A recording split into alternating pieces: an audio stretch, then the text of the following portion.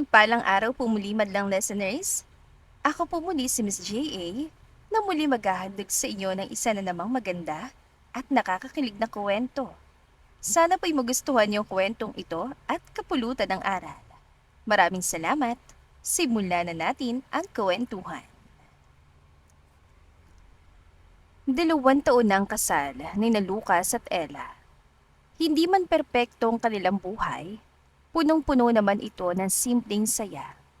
Sa kabila ng pagiging abala ni Lucas bilang isang doktor, sinisika pa rin niyang maglaan ng oras para sa kanyang asawa. At para kay Ella, sapat na ang simpleng presensya ng lalaki upang maging kumpleto ang bawat araw niya. Isang gabi, maagang nakauwi si Lucas mula sa ospital. Pagkapasok pa lang niya sa bahay ay sinalubong agad siya ng mabangong amoy ng paborito niyang adobo. Wow, amoy pa lang. Parang gusto ko nang ubusin ng isang kalderong kanin. Napasilip si Ella mula sa kusina habang nakasuot ang simpleng pink na apron. May bahid pa ng harina ang kanyang pisngi dahil sa paggawa ng dessert. Subukan mong ubusin, ikaw din yung maghuhugas ng plato. Napatawa si Lucas. Inilapag niya ang kanyang bag sa sofa bago dahan-dahan lumapit sa asawa. Bakit may harina ka dito? Marahan niyang pinunasan ng pisngi ni Ella gamit ang kanyang hinlalaki. Bahagyang namula ang dalaga. Hayaan mo na. Natatawang sabi ni Ella. Hindi pwede, baka isipin ng iba na pinapabayaan kita. Napailing na lang si Ella habang napapangiti. Biglang sinawsaw ni Lucas ang daliri sa mangkok ng harina at marahang pinahira ng ilong ng asawa. Lucas! Nanlaki ang mga mata nito. Lucas naman ay humagalpak ng tawa. Napasimangot si Ella bago kumuha rin ng kaunting harina at pinahid sa pisngi ng lalaki. Pareho silang nagtawanan habang nagkakabuluhan sa malita kusina. Maya-maya lang ay pareho na silang may harina sa mukha. Napailing na lamang si Ella habang tinitignan ang magulong kusina. Tignan mong ginawa mo! Nakangusong sambit nito. Kasalanan mo yan, love. Sambit ni Lucas. Ha? Ikaw yun nauna eh. Pero gumanti ka naman. Napailing na lang si Ella bago napatawa. Kumuha siya ng basang bimpo at marahang pinunasan ang mukha ng asawa. Habang ginagawa niya yon, tahimik lang siyang pinagmamasdan ni Lucas. Bakit? Hindi agad sumagot si Lucas. Sa halip ay marahan niyang hinawakan ng magkabilang kamay ng asawa. Alam mo ba, sa dami ng pasyenteng nakikita ko araw-araw, ikaw pa rin yung paborito ng mga mata ko. Napatawa si Ella. Ang corny mo, love. Pero totoo. Sambit ni Lucas sa kadahan-dahan niyang inilapit ang noo sa noo ng asawa. Kapag nakikita kita, nawawala lahat ng pagod ko. Napakagatlabi si Ella habang pilit na pinipigilan ng pagngiti. Sweet mo naman ngayon, may kailangan ka siguro no? Pagbibiro ni Ella. Meron nga, love. Napakunot ang noo ni Ella. Gusto ko na magkaroon tayo ng baby. Nakangising sambit ng asawa nito. Talaga? Tumango si Lucas. Oo, gusto kong makita ka maging mommy. Nangilid ang luha sa mga mata ni Ella. Akala ko gusto mo pang mag-focus sa career mo. Gusto ko rin naman yun. Pero gusto ko rin magkaroon tayo ng malita pamilya. Marahang hinawakan ni Lucas sa mukha ng asawa. Feeling ko magiging mabuti kang nanay. Hindi napigilan ni Ella ang mapangiti. Ikaw kaya? Napakamot sa ulo si Lucas. Hindi ko alam kung magiging perfect na tatay ako. Pero sisiguraduhin kong magiging best tatay ako dahil hindi ko hayaang maramdaman na magiging anak natin na wala siyang tatay. Napayakap si Ella sa kanya. Matapos maghapunan, magkahawak kamay silang naupo sa sala habang nanonood ng isang lumang romantic movie. Nakasandal si Ella sa balikat ni Lucas habang marahan nitong hinihimas ang buhok ng asawa. Ilan sandali pa'y nagsimula silang mag-usap tungkol sa magiging pangalan ng magiging anak nila. Kapag lalaki, gusto ko Elias. Ang pangalan, sabi ni Lucas. Kapag babae naman, akong pipili. Wala pa akong naiisip sa ngayon eh. Habang pinagmamasdan ni Lucas ang masayang mukha ng kanyang asawa, hindi niya napigilang isipin kung gaano siya kaswerte. Thank you. Para naman saan? Tanong ni Ella. sa pagdating mo sa buhay ko. Napangiti si Ella bago marahan siyang bumalik sa pisngi ng asawa. Ako dapat yung magpasalamat. Promise, love. Kahit anong mangyari, ikaw lang yung mamahalin ko. Mahigpit siyang niyakap ni Lucas. Sa gabing yun, wala silang ibang iniisip kundi ang simpleng pangarap na balang araw ay mabuo ang sarili nilang maliit na pamilya. Isang hapon, habang abala si Lucas sa kanyang opisina sa ospital, isang hindi kilalang tao ang nag-iwan ng isang puting sobre sa kanyang desk. Walang nakasulat na pangalan o address ng nagpadala rito. Sa kuryosidad, binuksan ito ni Lucas. Ngunit nang mahulog ang mga laman nito, ramdam niya ang saglit na paghinto ng tibok ng kanyang puso.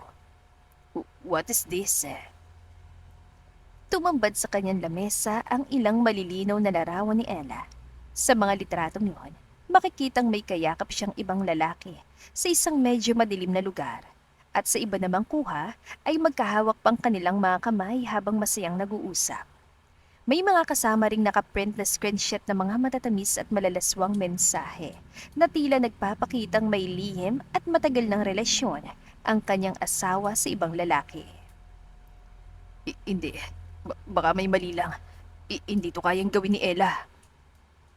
Nalamig ang buong katawan ni Lucas. Halos bumigay ng kanyang tuhod dahil tila nawalang lakas niya at hindi siya makapaniwala sa kanyang mga nakikita. Hindi to kayang gawin ni Ella. Pero bakit napakalinaw ng mga larawan? Bakit pati mga messages nila? Parang totoo. Paulit-ulit niyang tinignan ang bawat larawan. Umaasang isa lamang itong masamang panaginip o kaya'y may mali lang sa kanyang pagkakaintindi. Ngunit habang mas tinititigan niya ang mukha ng asawa sa mga larawan, mas lalo lamang siyang sinasaksak ng matinding sakit. Nang gabing yon, umuwi si Lucas sa kanilang bahay na galit at nagdidilim ang paningin. Pagkapasok niya, nakita niyang abala si Ella sa kusina habang masayang naghahanda ng kanilang hapunan. Napangiti pa si Ella nang marinig ang pagbukas ng pinto at mabilis na lumapit sa asawa. Love, sakto yung dating mo. Luto na yung paborito mong ulam. Masayang bati ni Ella. Hindi na niya natapos ang kanyang sasabihin dahil marahas na inihagi si Lucas ang makapal na sobre sa ibabaw ng mesa. Kumalat ang mga litrato at mga screenshot na tila ba mga patalim na sabay-sabay na tumarak sa puso ni Ella. Ano to? Pasigaw na tanong ni Lucas. Napatingin si Ella sa mga larawan. Unti-unting nawala ang kulay sa kanyang mukha habang nanginginig ang kanyang mga kamay sa pagpulot ng mga yon. Hindi, Lucas. Hindi to totoo. Hindi totoo? Mapait na natawa si Lucas. May litrato ka, may mga mensahe pa. Huling-huli ka na. Mariing umiling si Ella habang pinipigilan ng pag-agos ang kanyang mga luha. Bago mo ko husgahan, bakit hindi mo muna imbestigahan? Isang sobre lang ang dumating, naniwala ka na agad. Ano pa bang iimbestigahan? Nasa harap ko ng ebidensya. Kunot noong saad ni Lucas. Ebidensya ba talaga yan? O gusto mo lang paniwalaan dahil galit ka? Kilala mo ko, Lucas. Sa tingin mo ba kaya kita lukuhin? Bahagyang natigilan si Lucas. Ngunit mabilis ding napalitan ng galit ang kanyang mukha. Huwag mo nang baliktarin ang sitwasyon, Ella. Napailing si Ella. Hindi ko binabaliktad. Ang hinihingi ko lang, pakinggan mo naman ako. Alamin mo muna kung sino yung gumawa ng mga yan. Mabilis na lumapit si Ella at tinuro mga larawan. Tignan mong mabuti. Hindi mo ba napapansin? Pwedeng i-edit yung mga litrato. Pwedeng peke yung mga screenshot. Lucas, asawa mo ko.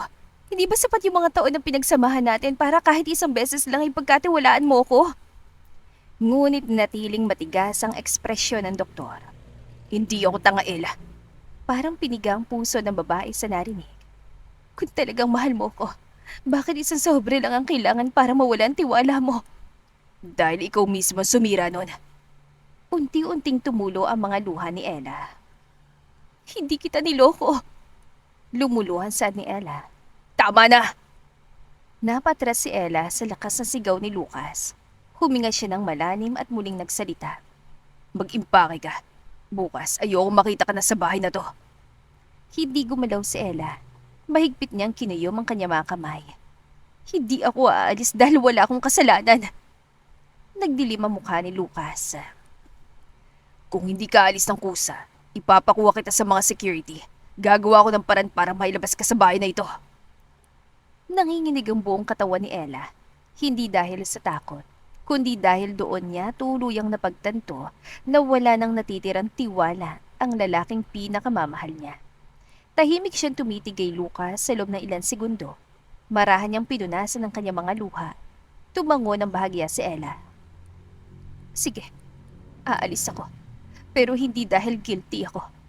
Aalis ako dahil wala ka ng balak makinig. Wala nang saysay ang bawat salitang sasabihin ko. Sana dumating ang araw na malaman mong katotohanan. At kapag dumating ang araw na yon, sana kayanin mong dalhin ng pagsisising ikaw mismong gumawa. Pagkasabi niyon ay dahan-dahan siyang tumalikod. Habang naglalakad palabas, hindi na malayang napahawak siya sa sariling tiyan. Tila balikas sa pinoprotektahan ang munting buhay na noon pa man ay nabubuo na sa kanyang sinapupunan. Kinabukasan, maaga pa lamang ay nag-impake na si Ella ng kanyang iilang damit at personal na gamit. Bago tuluyan lumabas ng bahay, napalingon siya sa tahanang minsan nilang pinangarap punuin ng tawanan ng kanilang magiging mga anak. Marahan niyang hinawakan ang kanyang patag panatiyan. Ilang araw pa lamang ang nakalipas nang kumpirmahin ng doktor na buntis siya. Plano sana niyang sabihin yon kay Lucas sa kanilang nalalapit na wedding anniversary bilang sorpresa. Ngunit ang pinakamasayang balita sa buhay niya ay nauwi sa isang lihim na siya na lamang ang nakakaalam. Anak, mahinang bulong niya habang hinihimas ang kanyang tiyan. Huwag kang matakot ha, kahit tayo na lang dalawa. Ipaglalaban kita. Pinili niyang huwag nang sabihin kay Lucas ang tungkol sa kanyang pagbubuntis. Ayaw niyang isipin itong ginagamit niyang sanggol upang kaawaan siya o pilitin itong bawiin ang naging desisyon. Bitbit ang kanyang bag at ang munting buhay sa kanyang sinapupunan. Tuluyan siyang lumayo sa tahanang minsan niyang tinawag na pamilya. Dahil wala ni siyang mga magulang at kapatid na masasandalan, napilitan si Ella na umupa ng isang maliit at luwang apartment. Halos maubos ang kanyang ipon sa advance at deposit. Pagpasok niya sa silira, isang lumang kama, maliit na mesa at maingay na bentilador lamang ang sumalubong sa kanya. Hindi na niya napigilan ang pagluha. Sorry anak.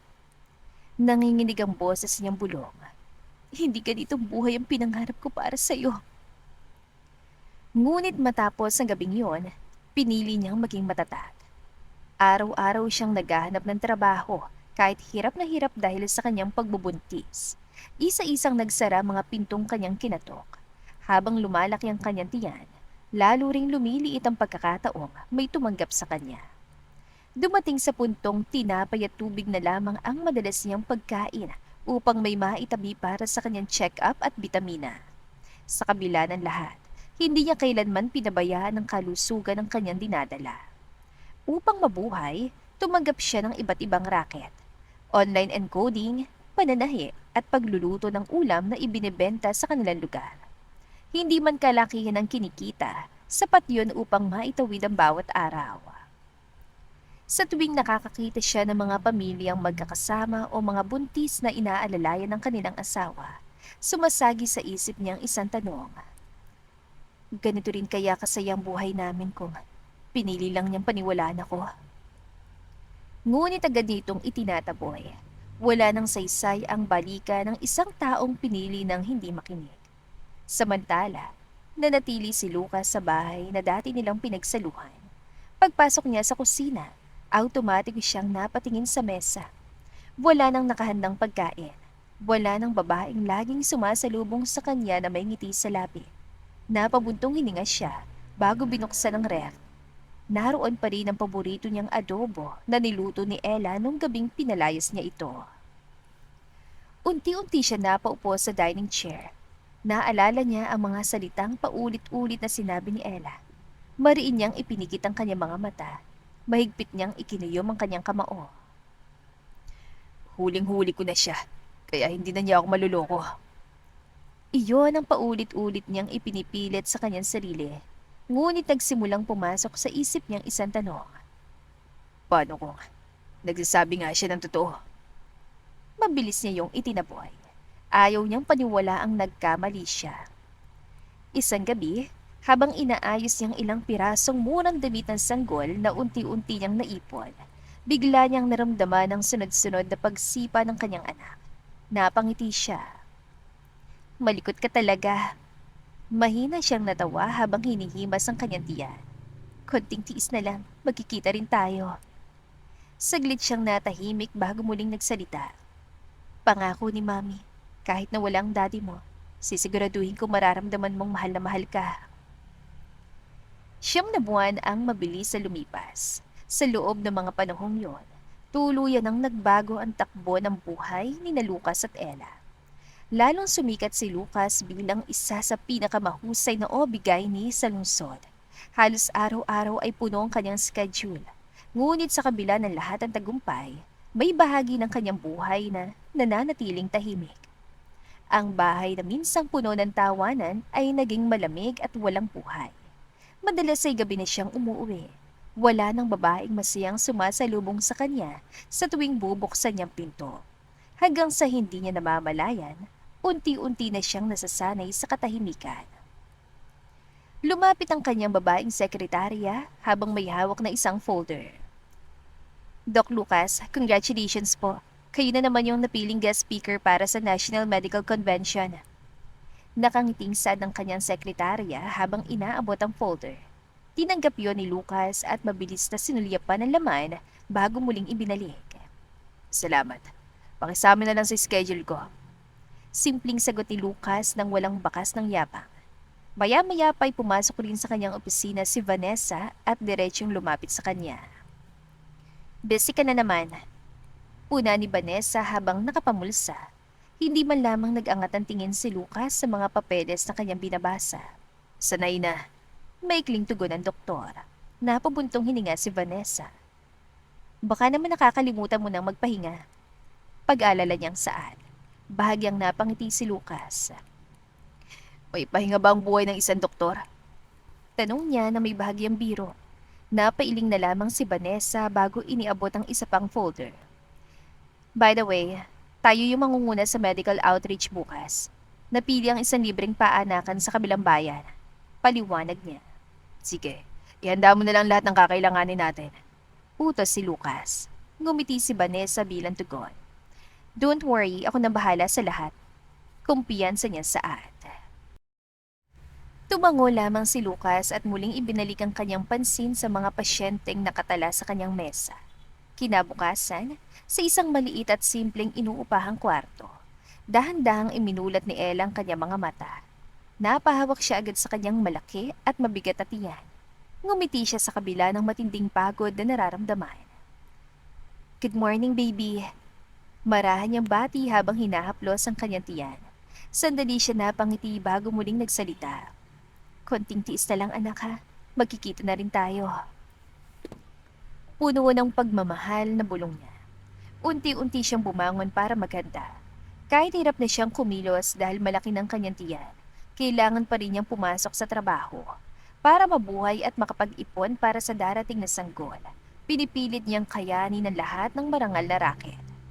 Sa umagay naglilinis siya sa isang maliit na karenderya. Pagsapit naman ng hapon, tumutulong siya sa pananahi ng mga kapitbahay. At kung minsan gay tumatanggap din siya ng labada para lang may pambili ng gatas at mga unang gamit ng kanyang baby. Hindi naging madali ang bawat araw para kay Ella. Madalas ay sumasakit ang kanyang likod at namamag ang kanyang mga paa sa maghapong pagtayo at pagtatrabaho. Ngunit ni minsan ay hindi niya naisipan sumuko para sa kanyang anak. Habang tinitiklop ni Ella ang mga damit na katatapos lang niyang labhan, bigla siyang natigilan. Napahawak siya na mahigpit sa kanyang tiyan habang bahagyang napangiwi sa sakit. Aray! Mahinang daing niya. Ilang segundo lamang ang lumipas at muli siyang nakaramdam ng mas matinding paghilap. Napaupo siya sa silya at pilit na huminga ng malalim. Hindi pa siguro ngayon. Pilit niyang pagpapakalma sa sarili. Ngunit hindi nagtagal ay mas lalo pang lumakas ang pananakit ng kanyang tiyan. Napapikit na siya sa tindi ng sakit. Baby, sandali lang. Kunti na lang. Umiiyak na bulong niya habang hinahaplos ang kanyang tiyan. Mabilis niyang kinuha ang maliit na bag na magamit na matagal na niyang inihanda. Sinilip niya ang laman ng kanyang pitaka at napayuko na lamang nang makitang ilang daang piso na lang ang natitira sa kanyang pera. Tumulo ang kanyang mga luha dahil alam niyang hindi yun sasapat para sa isang pribadong ospital. Saglit siyang napaisip kung saan siya hihingi ng tulong. Hanggang sa isa na lang ang naging pagpipilian niya, ang pumunta sa libreng paanakan ng gobyerno. Dahan-dahan siyang naglakad palabas ng kanyang kwarto habang pilit na tinitiis ang bawat akbang at bawat paghilab ng kanyang tiyan. Pagdating niya sa paanakan, agad siyang inalalaya ng isang mabait na midwife. Pinakalma muna siya ng midwife habang naghihintay ng wheelchair. Habang itinutulak ang wheelchair papunta sa labor room, mahigpit niyang hinawakan ang kanyang tiyan. Kaya natin to, anak. Magkasama tayo. Puno ng pagmamahal na bulong niya. Ilang minuto lang ang lumipas, huminto ang convoy ng mga sasakyan ng ospital sa harap ng gusali. Isa-isang bumaba ang mga volunteer na doktor at nurse. Kasunod nilang bumaba mula sa sasakyan ang lalaking matagal nang hindi nakikita at nakakasama ni Ella. Si Lucas, ang lalaking 9 na buwan nang hindi nakikita ni Ella. Kasama si Vanessa at ilang mga medical staff, tahimik na nilibot ni Lucas sa bawat sulok ng libreng paanakan. Sinuri niya mga kagamitan. Kinausap ang mga staff. Habang naglalakad sila pabalik sa pasilyo, isang matinding sigaw ng isang nanganganak ang umalingaw-ngaw mula sa labor room. Aray! Malakas sa sigaw ni Ella habang dinadalang matinding paghilap. Biglang napahinto si Lucas sa paglalakad. Tila may kung ano sa boses na yon ang humila sa kanyang atensyon. Active labor? Tanong niya sa katabing midwife. Opo, Dok. Kawawa nga po yung pasyente. Mag-isa lang siya at walang kasamang pamilya o kamag-anak. Dagdag pa nito. Dinala ng kuryosidad si Lucas sumilip sa bahagyang nakabukas sa pinto ng labor room. Hindi niya alam kung bakit. Pero pakiramdam niya ay may kung anong humihila sa kanya papunta sa labor room. At sa isang iglap, parang huminto ang ikot ng mundo niya. Nanlaki ang kanyang mga mata at halos mapatid ang kanyang hininga. Ella? Hindi makapaniwalang bulong niya sa kanyang sarili. Nakahiga sa labor bed ang babaeng 9 na buwan niyang pilit na kinalimutan at pinalaya sa kanyang buhay. Maputlang mukha nito, basang-basa ng pawis, at mahigpit na nakakapit sa gilid ng kama habang sumisigaw sa bawat pagilab ng tiyan. Aray! Muli na namang napasigaw si Ella sa sobrang sakit. Walang kamalay-malay sa taong nakatayo sa may pinto. Sa mga sandaling yon, tuluyan ang nanlamig ang buong katawan ni Lucas. Parang isang pelikulang nagbalik sa kanyang isip ang huling gabing magkasama sila. Ang gabing galit na galit niyang itinaboy ang asawa. Mariing napapikit si Lucas sa kadahan-dahan niyang ibinabang tingin sa malaking tiyan ni Ella. Sobrang laki na niyon.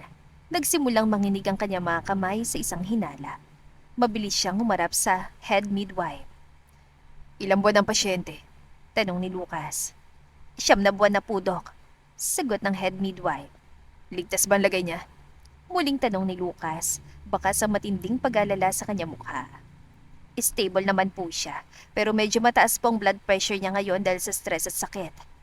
Paliwanag ng head midwife. Napahigpit ang panga ni Lucas. Hinarap niya ang kanyang mga staff. Maganda kayo ng ambulansya, ngayon din. Matigas at maautoridad na utos si Lucas. Nagulat ang head midwife sa naging pasya ng sikat na doktor. Ililipat natin siya sa Montenegro Medical Center. Mariing sabi ni Lucas. Nagtataka at nagsisimula ng kabahan si Vanessa sa inaasal ni Lucas. Lucas, ano bang ginagawa mo? Maraming pasyente dito sa outreach. Bakit siya lang yung bigla mong ipapalipat? Don't tell me. Oh my God. Stop it, Lucas, ha? Hindi porket asawa mo siya sa papel uunahin mo na siya. Diyos ko, Lucas naman, pinalayas mo na siya, di ba? Hindi makapaniwalang bulong ni Vanessa. Hindi siya pinansin ni Lucas. Basta naigang bulong ng kanyang puso na kailangan niyang iligtas si Ella at ang sanggol sa sinapupunan nito. Kaya naman po namin siyang ipaanak dito, Doc. Pagdadalawang isip na saad ng head midwife. Alam ko, Pero gusto kong masigurong sapat ang kagamitan para maging ligtas silang dalawa dahil kilala ko siya. Ako nang bahala sa lahat ng gastusin sa ospital. Seryosong sambit niya. Dahil sa determinasyon ni Lucas, mabilis na naihanda ang ambulansya. Habang maingat na inililipat si Ella sa stretcher, bahagya nitong iminulat ang kanyang mga mata. Malabong paningin ng babae dahil sa pagod. Ngunit sapat na yon para makilala ang lalaking abalang nag-aayos sa kanya. Lucas. Mahina at paos na bulong ni Ella. Napahinto si Lucas. Sandali silang nagkatitigan. Isang sulyap na puno ng hindi maipaliwanag na emosyon. Ngunit bago pa man makapagsalita ang doktor, muling napasigaw si Ella sa matinding sakit ng paghilap. Yung tiyan ko! Masakit! Napasigaw muli si Ella habang mahigpit na nakakapit sa stretcher. Bilisan natin! Malakas sa sigaw ni Lucas sa mga nurse. Pagdating sa Montenegro Medical Center, agad na dinala si Ella sa operating room. Mas lalo pang naging madalas at mapanganib ang paghilab ng kanyang tiyan. Matapos suriin ang lagay ni Ella, hinarap ng resident doctor si Lucas. Dok, hindi na po kakayanin ng normal delivery. Masyadong mataas ang blood pressure niya at nahihirapan ang bata. Kailangan na po siyang emergency C-section. Seryosong paliwanag ng resident doctor. Tumungo si Lucas ng walang pagdadalawang isip. Ako yung mag-oopera. Matatag na desisyon ni Lucas. Napatingin sa kanyang doktor, bakas ang gulat. Doc, family member niyo po ba? Nag-aalin lang ang tanong nito. Saglit na natahimik si Lucas. Oo, asawa ko. Sagot ni Lucas. Mabilis na sinuot ni Lucas ang kanyang surgical gown at gloves. Pagkapasok sa loob ng operating room, tanging tunog ng mga medical monitor ang maririnig. Habang maingat na hinahawakan ni Lucas ang scalpel, hindi niya maiwasang sulyapan ang natutulog na mukha ni Ella. Napakapayat ito ngayon. Isang patunay na napakahirap ng buhay na pinagdaanan nito sa nakalipas na 9 na buwan. Halos umabot ang 1 oras ang operasyon at sa wakas, isang malakas at malusog na iyak ang pumuno sa buong silid. Biglang napahinto si Lucas. Parang may kung anong humaplos sa kaibuturan ng kanyang puso nang marinig ang iyak na yon.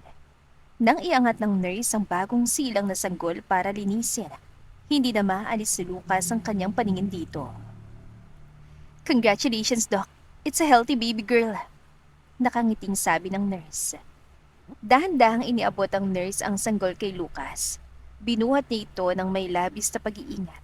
Sa hindi may paliwanag na dahilan, nakaramdam si Lucas sa isang napakalalim at kakaibang koneksyon sa bata.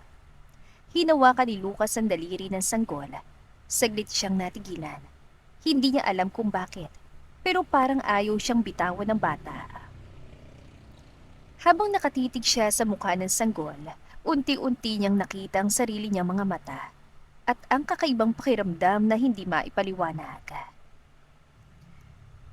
Paano kung anak ko talaga siya? Bulong ng isip ni Lucas. 3 araw na lumipas mula nang maisilang ni Ella ang kanyang anak dahil naging masela ng kanyang panganganak at biglang tumaas ang kanyang blood pressure. Kailangan pa muna niyang manatili sa ospital upang masigurong tuluyan na siyang nakabawi ng lakas. Tahimik na nakaupo si Ella sa kanyang kama habang marahang inuugoy sa kanyang mga bisig ang munting si Elena. Mana ka talaga sa... Mahina niyang sambit habang nakatitig sa anak. Napahinto siya sa pagsasalita at isang mapait na ngiti ang sumilay sa kanyang mga labi. Bahagya siyang umiling bago nagpatuloy. Hindi, wala kang mamanahin sa kanya. Ang mahalaga, lumaki kang mabuting tao. Malungkot ngunit puno ng pagmamahal na bulong ni Ella. Marahan niyang hinalikan ang noo ng anak. Maya-maya pa'y isang marahang katok ang narinig niya mula sa pinto. Bukas po yan, mahinang tugon ni Ella. Dahan-dahang bumukas ang pinto at pumasok si Lucas na may hawak na clipboard. Sandaling nagkatitigan ng dalawa, ngunit agad ding nagbaba ng tingin si Ella upang iwasan ang mga mata ng doktor. Kumusta na pakiramdam mo? Profesional na tanong ni Lucas habang pilit na itinatago ang kaba. Ayos lang, maikling sagot ni Ella. Masakit pa rin ba yung tahi mo? Muling tanong ni Lucas. Sakto lang, kaya pa naman. Mahinang sagot ni Ella. Isang nakakabinging katahimikan ang muling namagitan sa kanila. Ngunit bago pa man maging masyadong nailang ang dalawa, biglang umiyak si Alina. Agad na sinubukan ni Ella na buhati na maayos ang bata upang patahanin ito. Ngunit bigla siyang napangiwi sa kirot ng kanyang tahi. Aray! Napadaing si Ella sa sakit. Napansin niya agad ni Lucas. Dahan-dahan, huwag mong biglain. Mabilis sa saad ni Lucas habang lumalapit. Hindi na siya nagdalawang isip na kunin si Elena upang tulungan si Lucas. Sandaling natigilan si Ella. Tahimik at may halong gulat niyang pinanood si Lucas habang marahang kinakargat hinihili ang bata. Shh, tahan na baby.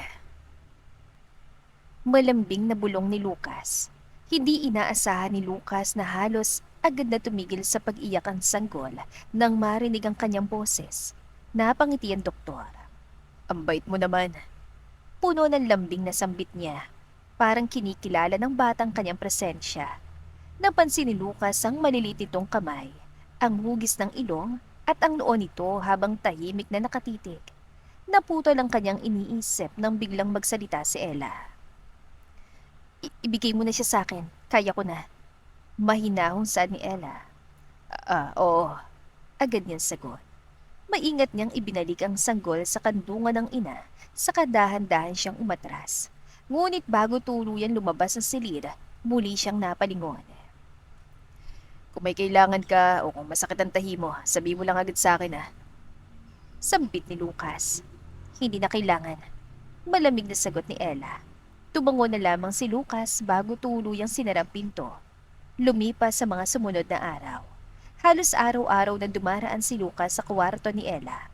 Sa una, pilit niyang idinadahilan na bahagi lamang ito ng kanyang tungkulin bilang doktor.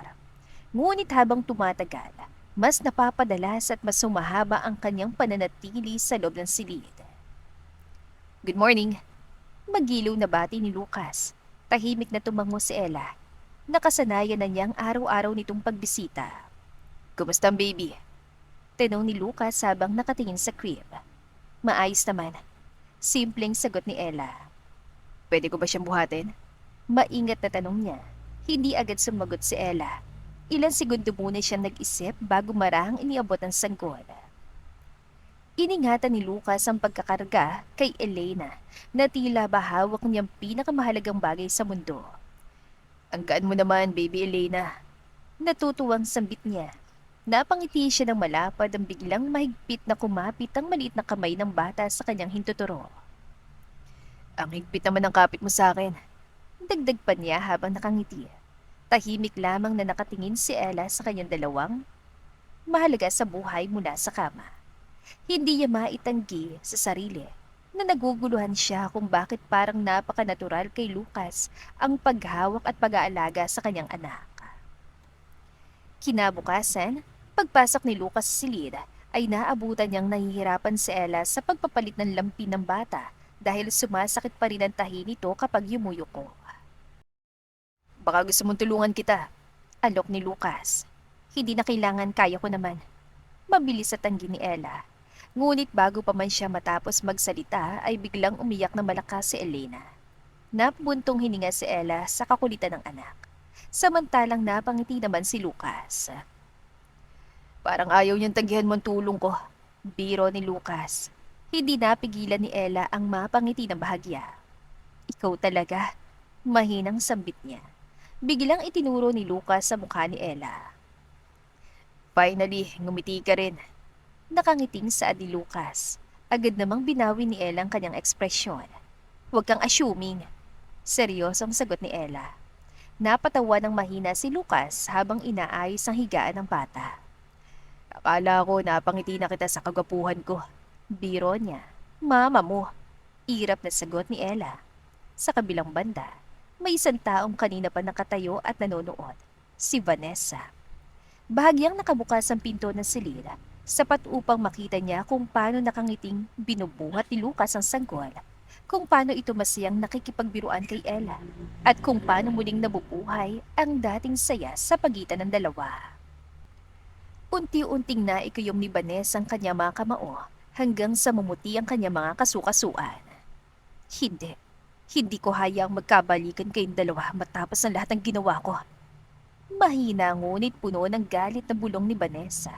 Nagdilim ang kanyang mga mata habang nakatitig sa masayang eksena sa loob. Doon niya napagtanto na unti-unti nang bumabalik kay Ella ang puso ni Lucas, kaya handa siyang gawin ang lahat ng kasamaan, kahit na anong mangyari, upang hindi yon matuloy. Hindi na nawala sa isip ni Lucas ang tanong na ilang araw nang gumugulo sa kanyang buong pagkatao. Paulit-ulit na naglalaro sa kanyang utak ang mga salitang, "Paano kung anak ko talaga si Elena?" Sa tuwing tinititigan niyang sanggol, lalo lamang lumalakas ang kanyang hinala. Isang gabi, habang tahimik nang natulog si Ella dahil sa labis sa pagod, dinalaw muli ni Lucas ang silid nito. Tahimik siyang lumapit sa tabi ng crib kung saan mahimbing nang natutulog ang munting si Elena. Napangiti si Lucas habang marahang hinahaplos ang maliit at malambot na kamay ng bata.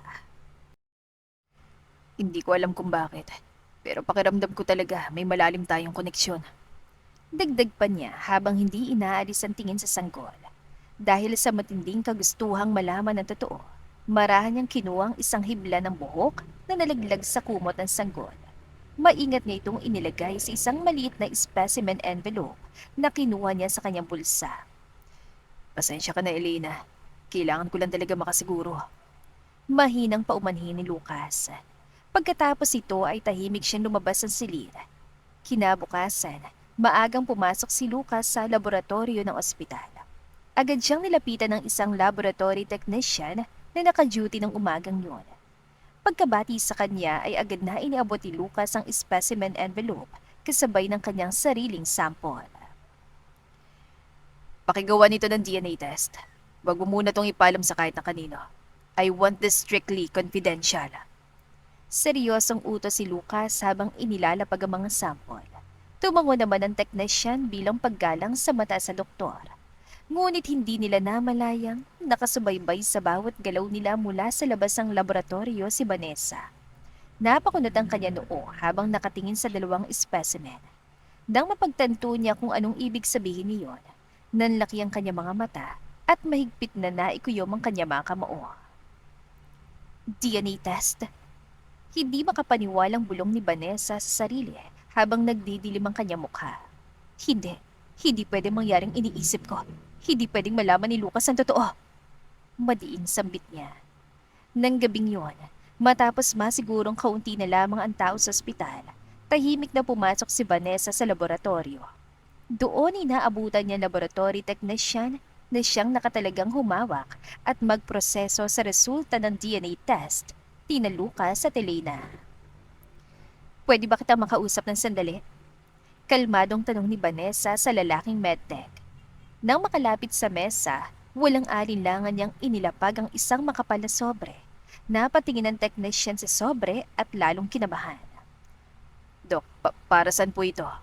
Nagtatakang tanong ng technician. Doble ng isang buwang sahod mo. Derechahan sagot ni Vanessa habang nakatitig sa mga mata nito.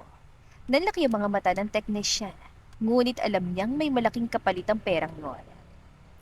Don't worry, madali lang naman ang gagawin mo. Kapag lumabas ang opisyal na DNA result ni na Lucas, siguraduhin mo na nakasulat doon na hindi si Lucas ang ama. Mariing utos niya. Napatayo ang technician sa takot. Dok, hindi po pwede yun. Labag po yan sa protocol ng ospital. At labag din sa konsensya ko. Nanginginig na saan nito. Alam ko labag sa protocol, pero isipin mong pamilya mo. Isang pirasong papel ang papalitan mo. At pagkatapos ito, wala ka nang magiging problema sa pera. Wala namang ibang makakaalam. Mapanghikayat ngunit, mapanganib na dagdag niya. Napakapit sa mesa ang technician at napayuko. Isang mahaba at nakabibinging katahimikan ang namagitan sa kanila habang nagtatalong kanyang isip. Ngunit sa huli, dahil sa silaw sa pera, marahan itong iniabot ng kanyang kamay upang kunin ang makapal na sobre.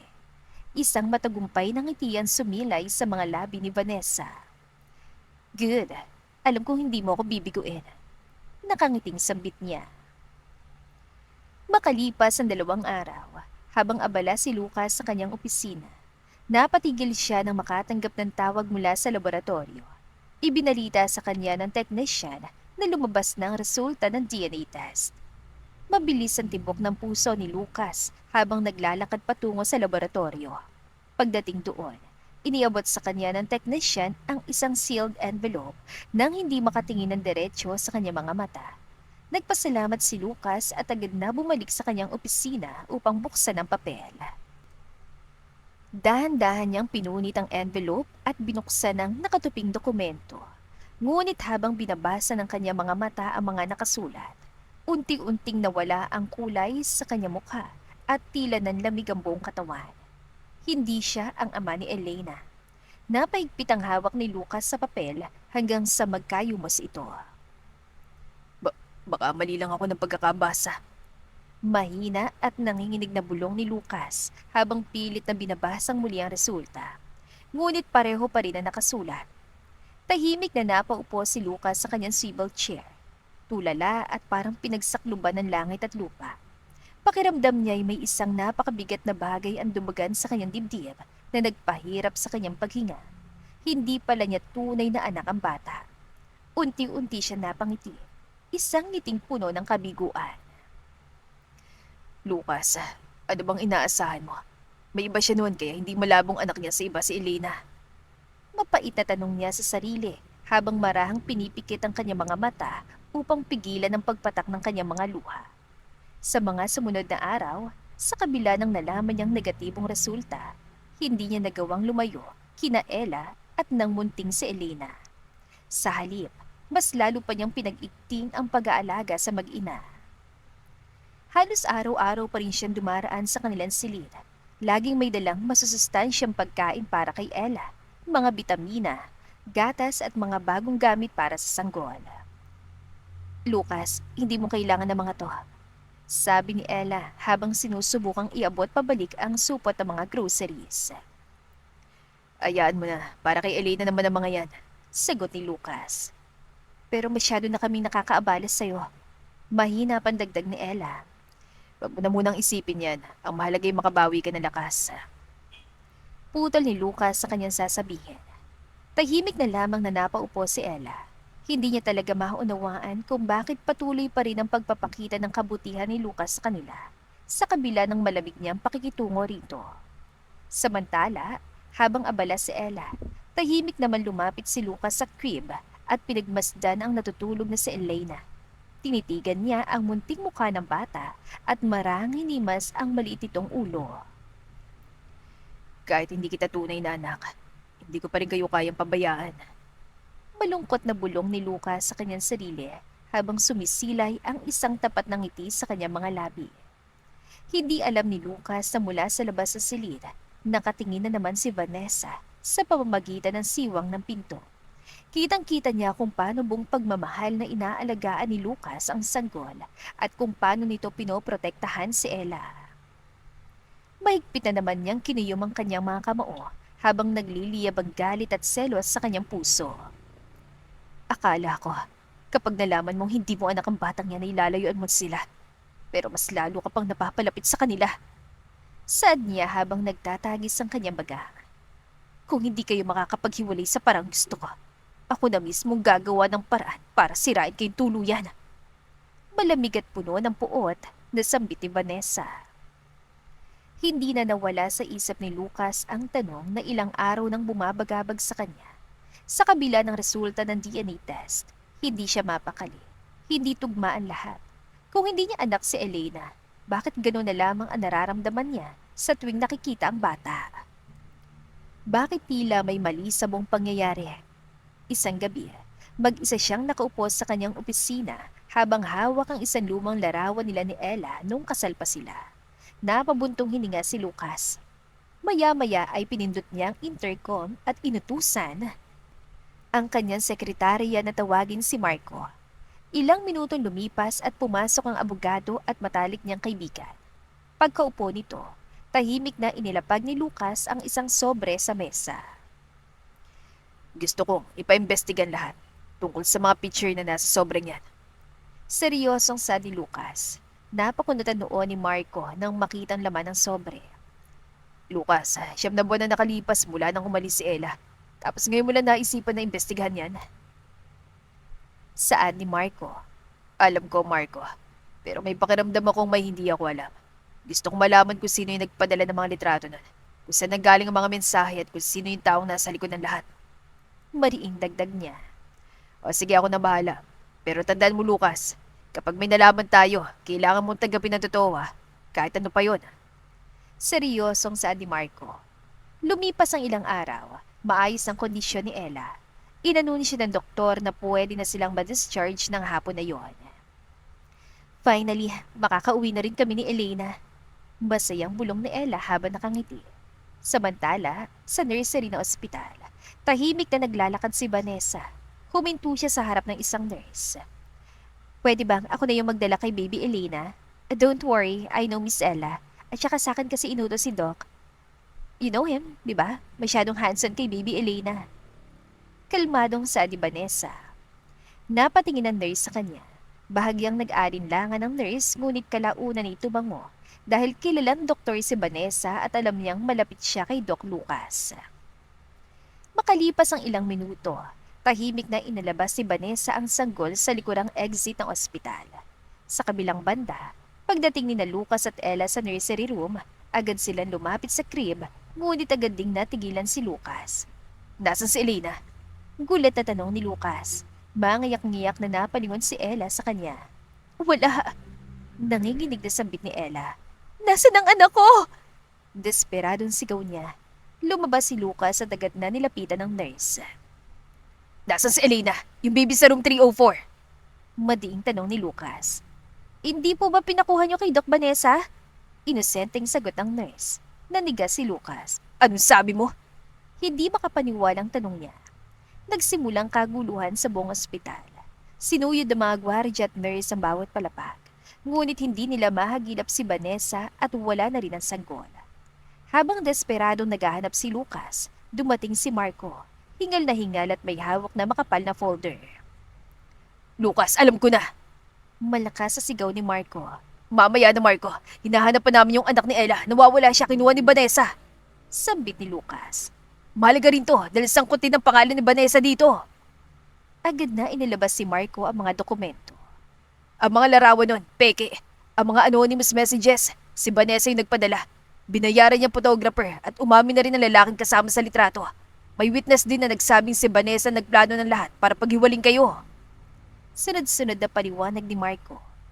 Parang nawala ng lakas sa mga tuhod ni Lucas. Unti-unti siyang napaatras. Si Vanessa? Nanginginig na bulong ni Lucas. Lahat ang dahilan kung bakit ko hiniwalayan si Ella. Kasalanan ni Vanessa. Puno ng pagsisisi niyang tanong. Napapikit si Lucas at mahinang napamura sa sobrang galit. Tinignan niya si Ella na tahimik na umiiyak sa isang tabi. Hindi siya makatingin ng diretso dito dahil sa labis sa pagsisisi. Napatigil sa pag-iyak si Ella nang biglang tumunog ang kanyang telepono. Nanginginig ang kamay niyang sinagot ang tawag.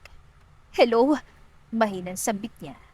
Ilan segundo lumipas. Narinig nilang pamilyar na boses ni Vanessa at ang pag-iyak ng kasama nitong sanggol. Surprise, Ella? Nakangising sambit ni Vanessa mula sa kabilang linya. Vanessa! Galit na sigaw ni Lucas. Oh, Lucas. Kasama ka rin pala niya? Mapanuyang saad ni Vanessa. Nasaan ang anak ko? Umiiyak na sigaw ni Ella. Huwag ka mag-alala, Ella. Safe ang anak mo. Ang bait-bait niya nga eh. Malamig na sambit niya. Vanessa, ano bang gusto mo? Di ka pa rin ba nakukontento na nasira mo na kami nun? Galit na tanong ni Lucas. Tumawa ang babae. Gusto ko lang makita kung gaano kayo kabilis mabaliw. Tapos na ang laro, Lucas. Hindi niyo na muling makikita ang batang ito. Malamig at mapanuyang saad ni Vanessa. Wag! Please ibalik mo anak ko! Umiiyak na pagmamakaawa ni Ella. If you want your child, pumunta ka sa lugar na isasend ko. Ani Vanessa saka pinatay ang tawag. Nanginginig ang buong katawan ni Ella habang tuluyan siyang bumabagsak sa malamig na sahig. Hindi na niya alam kung ano ang dapat niyang gawin sa tindi ng takot at pag-alala. Napahawak siya sa kanyang dibdib habang walang tigil ang pag-agos ng mga luha. Anak ko! Ang anak ko! Hikbi ni Ella habang halos mawala ng lakas. Tahimik na lumuhod si Lucas sa kanyang harapan upang pantayan siya. Ella, tignan mo ko. Pakiusap ni Lucas. Ngunit patuloy lang sa pag-iyak ang babae. Kasalanan ko. Kasalanan ko lahat. Hindi ko siya nabantayan na maayos. Paulit-ulit ang sambit ni Ella habang nanginginig ang kanyang boses. Mahigpit na hinawakan ni Lucas ang kanyang mga balikat upang pakalmahin siya. Makinig ka sa akin. Hindi natin siya pababayaan. Hahanapin natin si Elena. Ibabalik natin siya. Mariing pangako ni Lucas. Napailing si Ella habang sunod-sunod ang pagpatak ng kanyang mga luha. Tumingin si Ella ng diretsyo sa mga mata ni Lucas. Huminga siya ng malalim upang ipunin ang natitirang lakas bago tuluyang magsalita. Lucas, tulungan mo ko pakiusap. Mahinang saad ni Ella. Napahigpit ang hawak ni Lucas sa kanyang mga balikat. Tutulong ako, Ella. Gagawin ko lahat. Sambit ni Lucas. Ang anak ko. Mahina niyang sambit bago muling napaiyak. Huminto si Ella at muling napaiyak bago unti-unting itinaas ang kanyang paningin. Ang anak natin, Lucas. Si Elena. Hanapin natin ang anak natin. Nanginginig na saad ni Ella. Parang biglang tumigil ang ikot ang mundo para kay Lucas.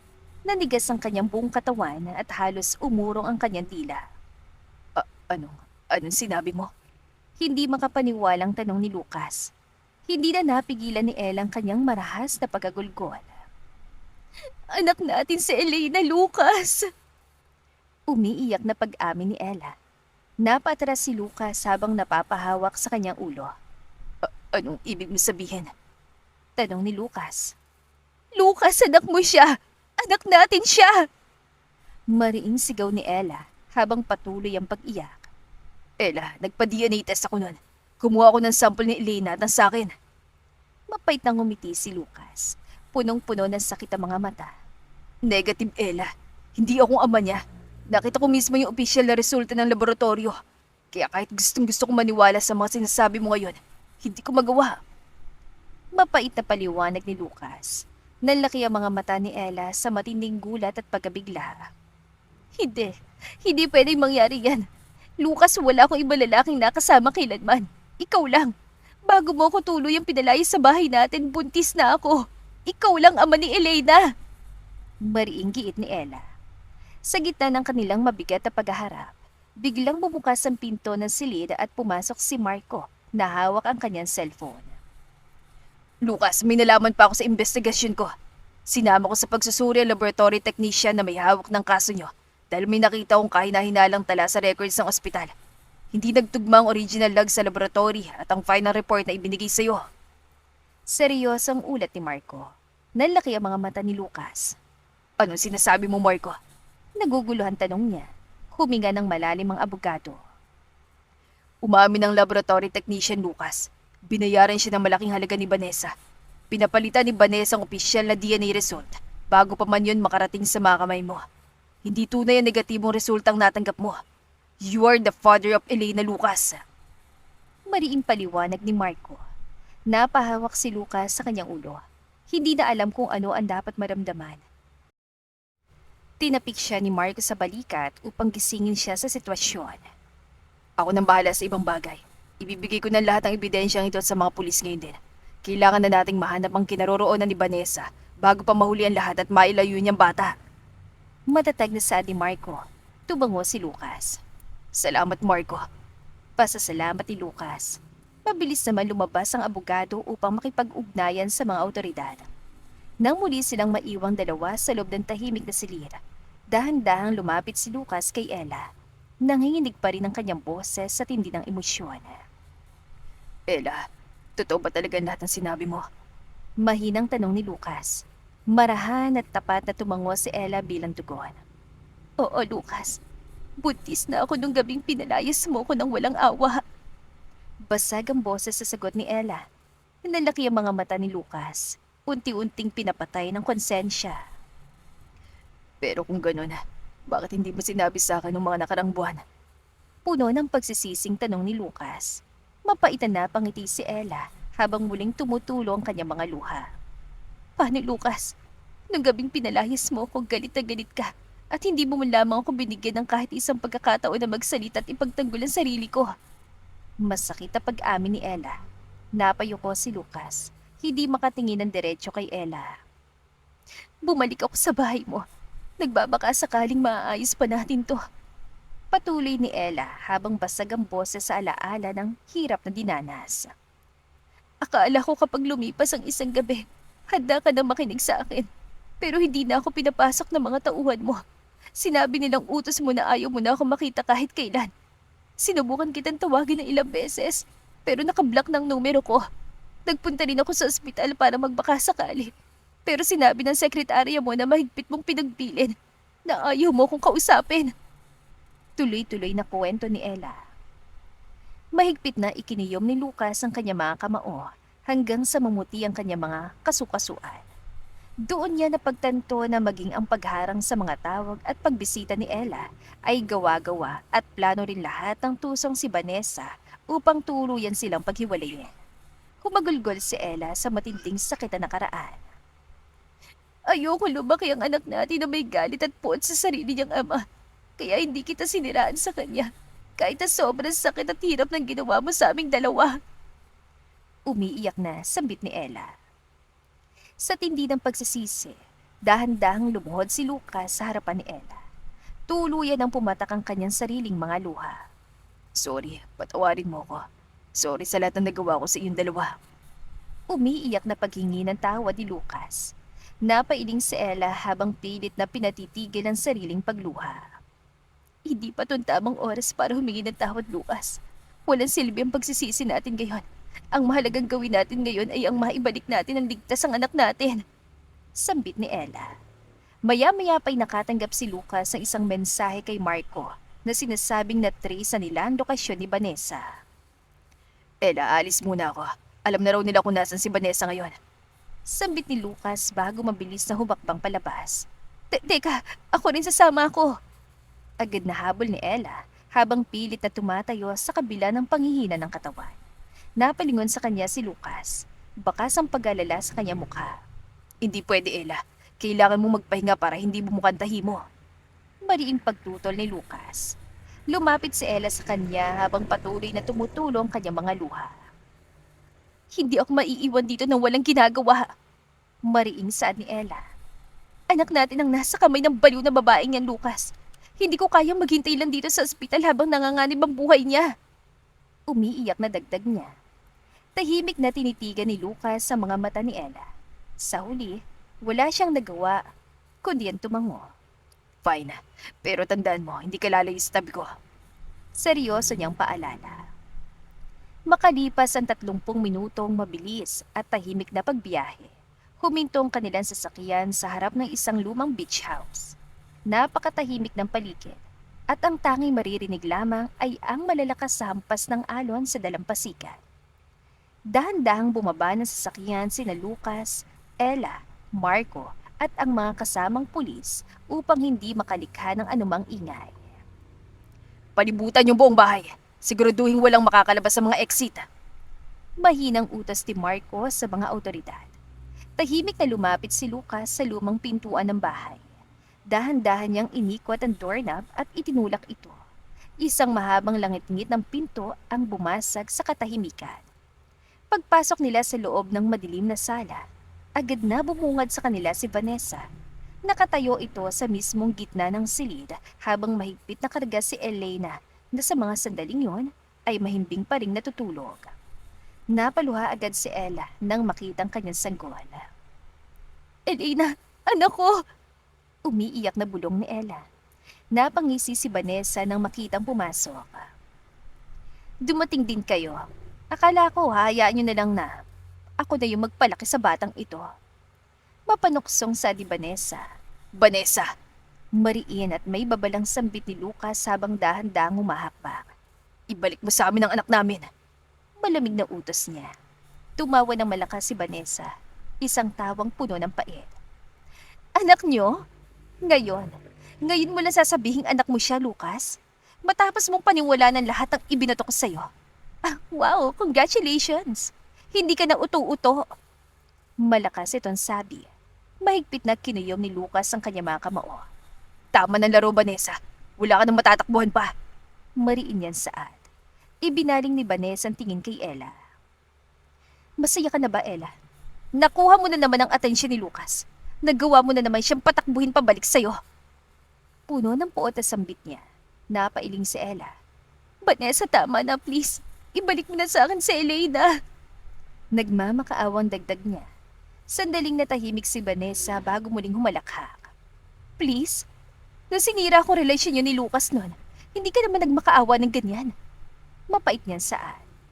Oo, tama kayo narinig. Ako nga. Ako ang gumawa ng lahat ng yon. Sigaw ni Vanessa habang tuluyan ang nawawala ng kontrol. Ako ang nagplano at nagpadala ng mga peking litrato kay Lucas. Ako nagpadala ng mga anonymous text messages. Akong gumawa ng paraan para maghiwalay kayong dalawa dahil ikaw. Ikaw lang malaking hadlang sa lahat ng mga plano ko. Mahal na mahal ko si Lucas. At ikaw lang dahilan kung bakit hindi niya ako mapansin-pansin kahit kailan. Umiiyak sa galit na saad niya. Tumigil ka na sa kahibangan mo, Vanessa. Hindi kita minahal kahit kailan. Malamig na pahayag ni Lucas. Unti-unting pumatak ang mga luha ni Vanessa. Sinayang mo lang buong buhay mo sa isang pag-ibig na alam mong hindi ko kayang ibalik sa'yo. At ang masama pa ron, sinira mong buhay ng nag-iisang babaeng minahal at mamahalin ko habang buhay. Dagdag niya. Dahil sa matinding kabiguan, mas lalo pa niyakap ni Vanessa ang sanggol. Hindi! Hindi ko siya ibibigay sa inyo. Kung hindi ka magiging sa akin, walang makikinabang sa pamilyang ito. Desperadong sigaw ni Vanessa. Mabilis ang kilos ng isang pulis para makalapit kay Vanessa at masecure ang kaligtasan ng bata. Doc Vanessa Reyes, kayo inaaresto namin sa kasong kidnapping at child exploitation. Formal na deklarasyon ng pulis. Hindi! Pakawalan niyo ako! Lucas, sabi mo sa kanila na nagkakamali sila! Lucas! Nagpupumigla sa sigaw ni Vanessa. Subalit na natiling tahimik si Lucas. Lumapit siya ng bahagya habang papalayo ang babae. Ikaw ang nagplano ng lahat ng ito, Vanessa. Panagutan mo lahat ng ginawa mong kasalanan. Malamig na pahayag ni Lucas. Tuluyan ang isinakay ng mga pulis si Vanessa sa mobile car. Habang papalayo ang sasakyan, naririnig pa rin ang kanyang mga hysterical na sigaw. Ngunit wala nang sinuman ang nag-aksaya ng panahon upang makinig. Habang nagaganap ang pag-aresto, maingat na kinuha ni Lucas si Elena mula sa pulis na may buhat dito. Mabilis niyang sinuri ang katawan ng sanggol upang masigurong ligtas ito. Humarap si Lucas at agad na iniabot ang sanggol sa nag-aabang na mga bisig ni Ella. Pagkakita pa lamang sa kanyang anak ay tuluyan ng napaiyak si Ella sa labis na pasasalamat. Anak ko, salamat sa Diyos, ligtas ka. Umiiyak na bulong ni Ella habang mahigpit na niyayakap ang kanyang sanggol. Paulit-ulit niyang hinahalikan ang noo at ang malambot na pisngi ni Elena habang humihikbi. Napatulo na rin ang mga luha ni Lucas habang tahimik na pinagmamasdan ng mag-ina mula sa kanyang kinatatayuan. Tumingin sa kanya si Ella. Lucas, ligtas ang anak natin. Umiiyak niyang sambit. Nakangiting tumango si Lucas. Tapos na, Ella. Wala nang kukuha kay Elena ulit.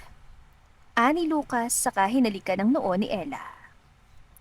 Lumipas sa mga araw matapos ang pagka-aresto kay Vanessa. Habang umuusad ang paglilitis, isa-isang lumabas sa mga ebidensyang nagpapatunay sa kanya mga krimen. Ipinakita ng mga digital forensic report na siyang nasa likod ng mga pekeng larawang pinadala kay Lucas 5 taon nang nakalipas. Samantala, umamin din ang laboratory technician na binayaran at tinakot siya ni Vanessa upang palitan ng tunay na DNA result ni Elena. Dahil sa matitibay na ebidensya at mga testimonya, tuluyan ang bumagsak ang depensa ni Vanessa. Ang mga kasinungalingang matagal niyang itinago ay nabunyag at ang huwad na mundong itinayo niya ay tuluyan ng gumuho sa harap ng batas. Matapos ang isa sa mga huling pagdinig sa kaso, tahimik na naglakad sina Lucas at Ella palabas ng presinto. Buhat ni Lucas si Elena na mahimbing nang natutulog at nakasandal ang ulo sa kanyang balikat. Habang naglalakad, napatingin si Lucas sa mukha ng bata. May bahagyang ihip ng hangin, kaya marahan niyang inayos ang maliit na kumot nito upang hindi ito lamigin. Mukhang pagod na pagod ang prinsesa ko. Mahina at puno ng lambing na bulong ni Lucas habang may sumisilay na banayad ang ngiti sa kanyang mga labi. Tahimik lamang na pinagmamasdan ni Ella ang tagpong yon mula sa kanyang kilid. Hindi niya maitatanggi sa sarili na napakagandang tignan na mag-ama. Subalit, sa tuwing sumasagi sa kanyang isip ang mga alaala na nakaraan, muli pa ring bumibigat ang kanyang dibdib at tila may kung anong nakadagan sa kanyang puso. Huminto si Ella sa paglalakad sa gitna ng sementadong daan. Lucas, mahinang tawag ni Ella. Agad na napalingon ng binata, bakas ang pag-alala sa mukha. May problema ba, Ella? May masakit ba sa'yo? Nag-aalalang tanong ni Lucas. Huminga ng malalim si Ella upang kalmahin ang kanyang sarili. Pwede ba kitang makausap? Yun tayong dalawa lang. Seryosong tanong niya. Siyempre naman. Mabilis sa tugon ni Lucas. Maingat niyang inilapit ang natutulog na bata kay Marco na kanina pang sumusunod sa kanila. Marco, ikaw na munang bahala sa kanya. Mahinahong pakiusap ni Lucas. Tumango si Marco at maingat na kinuha ang bata. Sige, hintayin ko na lang kayo sa loob ng sasakyan para makapagpahinga rin sa Elena. Mahina sagot ni Marco bago tahimik na lumayo upang bigyan ng pribadong oras ang dalawa. Nang silang dalawa na lamang ang natira sa ilalim ng lilim na mga puno, binalot sila ng panandaliang katahimikan. Nagkatinginan sila. Si Lucas sa puno ng pag-aabang at si Ella na may hawak na bigat na nakaraan. Si Lucas ang unang bumasag sa katahimikan. Ella, alam ko marami pa tayong dapat pag-usapan. Alam kong hindi sapat yung mga nakarang araw para maayos sa lahat. Mahinang sambit ni Lucas. Marahan tumango ang babae, ngunit seryosong kanyang mga mata. Alam ko, kaya gusto kong maging malinaw ang lahat sa ating dalawa ngayon pa lang. Kalmadong tugon ni Ella. Huminga siya muli na malalim. Hindi kita kayang patawarin sa ngayon. Diretso at matatag niyang sinabi. Bahagyang yumuko si Lucas sa marinig ang mga salitang yon. Masakit, ngunit alam niyang wala siyang karapatang magreklamo. Hindi siya nagsalita. Hinayaan niyang ilabas ni Ella ang lahat ng emosyong matagal itong kinimkim. Hindi dahil hindi ko nakikita ang pagsisisi mo ngayon, Lucas. Patuloy ni Ella habang nagsisimulang mangilid ang mga luha sa kanyang mga mata. Kundi dahil sa isang iglap lang nung gabing yon, nawala sa akin ang lahat ng binuo ko. Nung gabing pinalayas mo ko sa bahay natin, nang dahil sa mga maling hinala mo, wala akong matuluyan. Wala akong pera sa bulsa. Wala akong masandalan ng pamilya o kaibigan. At ang pinakamasakit, buntis ako sa anak natin. Nanginginig ang boses niyang pagpapatuloy. Unti-unting pumatak ang mga luha sa pisngi ni Ella. Bit-bit ang bigat ng 5 taong pakikipagsapalaran na mag-isa. Alam mo ba kung ilang gabi akong umiiyak? Kung ilang beses kong tinanong ang sarili ko at ang Panginoon kung bakit nangyari sa akin ang lahat ng yun kahit wala naman akong ginagawang masama. Ang hirap ng ganong buhay, Lucas. Sobrang hirap. Umiiyak na sambit ni Ella. Napayuko ng tuluyan si Lucas. Ramdam ang bawat patak ng luha ni Ella. Bawat salitang lumalabas sa bibig ng babaeng minahal niya ay parang matatalim na patalim na sunod-sunod na tumatama sa kanyang konsensya. Hindi ko na may babalik ang mga panahong yon. Alam ko naging tanga ako. Wala akong anuman dahilan o palusot para ipagtanggol ang sarili ko sa harapan mo. Puno ng pagsisising dagdag niya. Dahan-dahan siya lumapit ng isang hakbang kay Ella. Ngunit pinanatili ang distansya bilang paggalang. Nagkamali ako. Hindi kita pinakinggan nung nagmamakaawa ka. Hindi kita pinagkatiwalaan bilang asawa ko. Mas pinili kong paniwalaan na makasinungalingan at manipulasyon ng ibang tao kaysa sa babaeng pinakamamahal ko. Umiiyak na pag-amin ni Lucas. Napatulo na rin ang sarili niyang mga luha. Habang buhay kong dadalhin ng malaking pagkakamaling yun, Ella. Puno ng pagsisising pagtatapos niya. Tahimik lamang na nakatingin sa kanya si Ella. Pero, hindi ako hihingi ng kapatawaran sa iyo ngayon. Alam kong hindi yun nakukuha sa isang madaling usapan lang. Seryoso niyang dagdag. Napakunatan noon ni Ella sa huling sinabi ng doktor.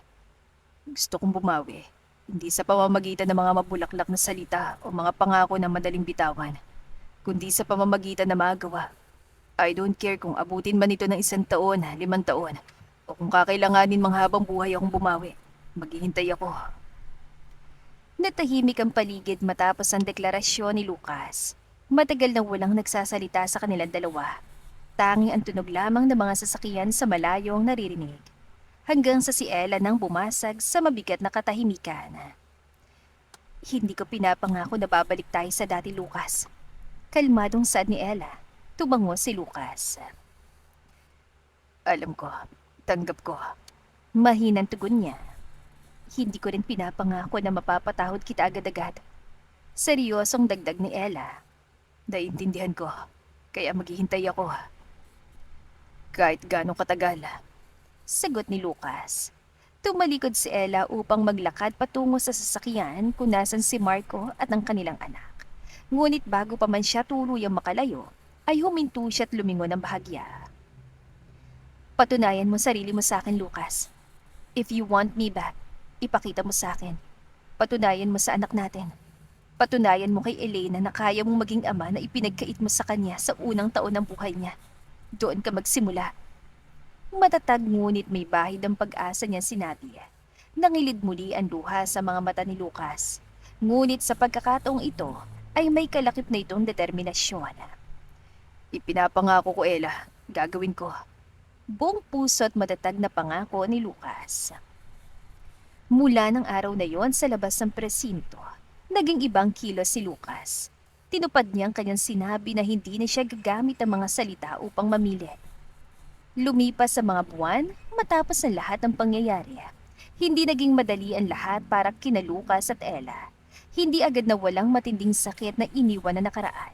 Ngunit sa kabila nito, sa bawat araw na dumarating, unti-unting nakikita at nararamdaman ni Ella ang malaking pagbabago kay Lucas. Isang gabi, napakalakas ang buhos ng ulan sa labas. Nasa sala si Ella, tahimik na inaayos at itinutupi ang ilang mga maliliit na damit ni Elena.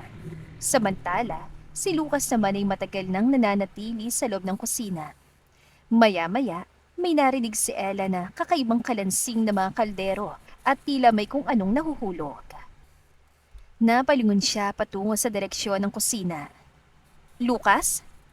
Tawag ni Ella habang nagtataka kung anong ginagawa ng asawa, ngunit walang sumagot.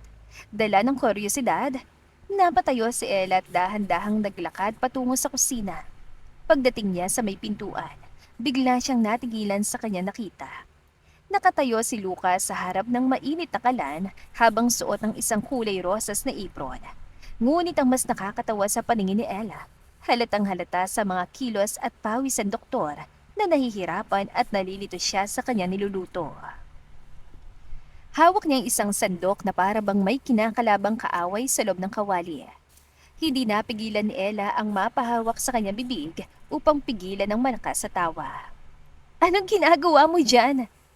Natatawan tanong ni Ella. Nagulat si Lucas sa biglang pagsasalita niya, kaya mabilis itong napalingon, bahagyang nailadlad ang sandok. Ito, nagluluto ng hapunan natin. Sagot ni Lucas habang napatingin sa hawak niyang sandok at pagkatapos ay sa kawali. Napatas ang isang kilay ni Ella habang papalapit. Ikaw? Magluluto? Pangaasar ni Ella. Oo naman. Sagot ni Lucas na pilit pinanindigan ang kanyang postura.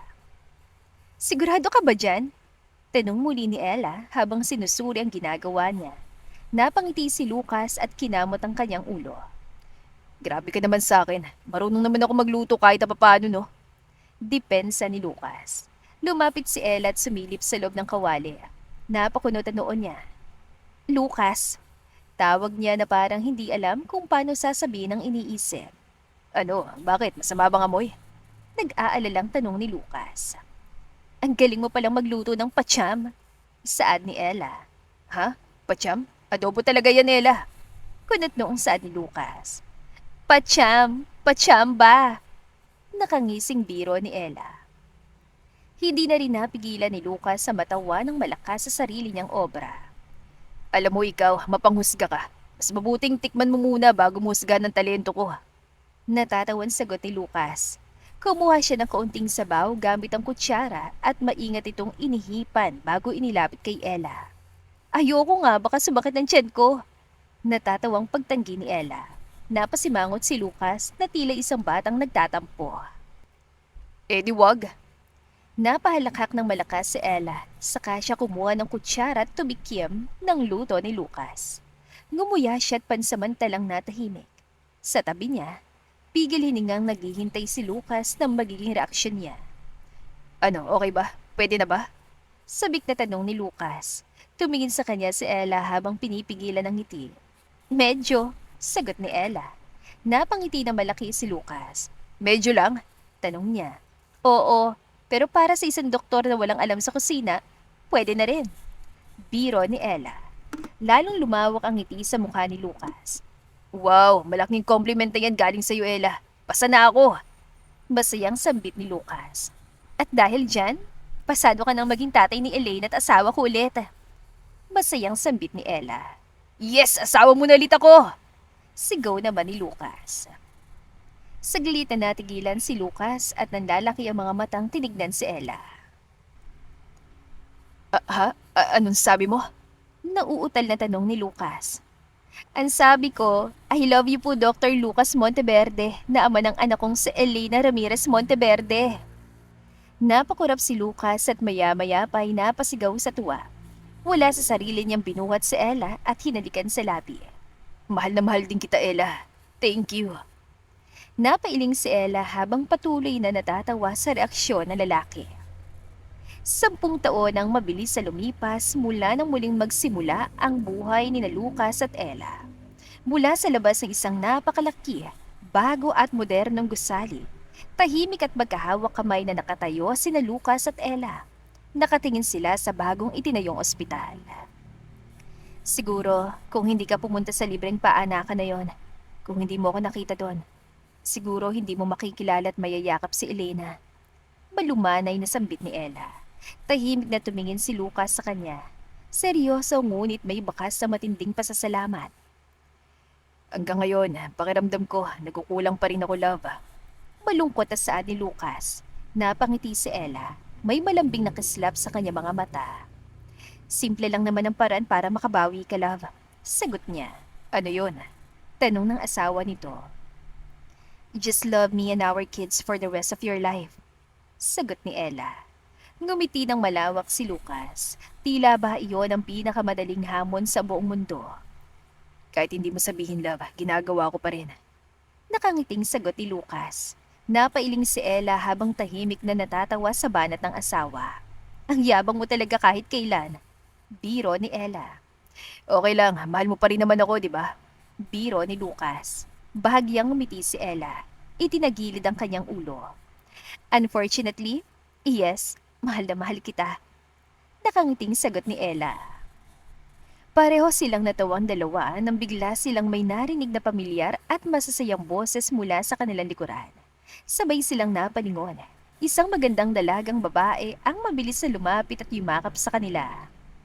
Ang ganda-ganda po ng hospital natin, Mommy, Daddy! Masayang sambit ni Elena habang nakatingin sa malaking estruktura. Napangiti si Ella sa tinura ng anak. Simula po ngayon, sama-sama nating tutulungan ang mga baby at mga mami na nangangailangan dito. Masayang sagot ng bata. Napangiti si Lucas. May karangalan bilang ama. Aba, parang gusto mo yatang sumunod sa mga yapa ko at maging isang doktor din paglaki mo Biro ni Lucas.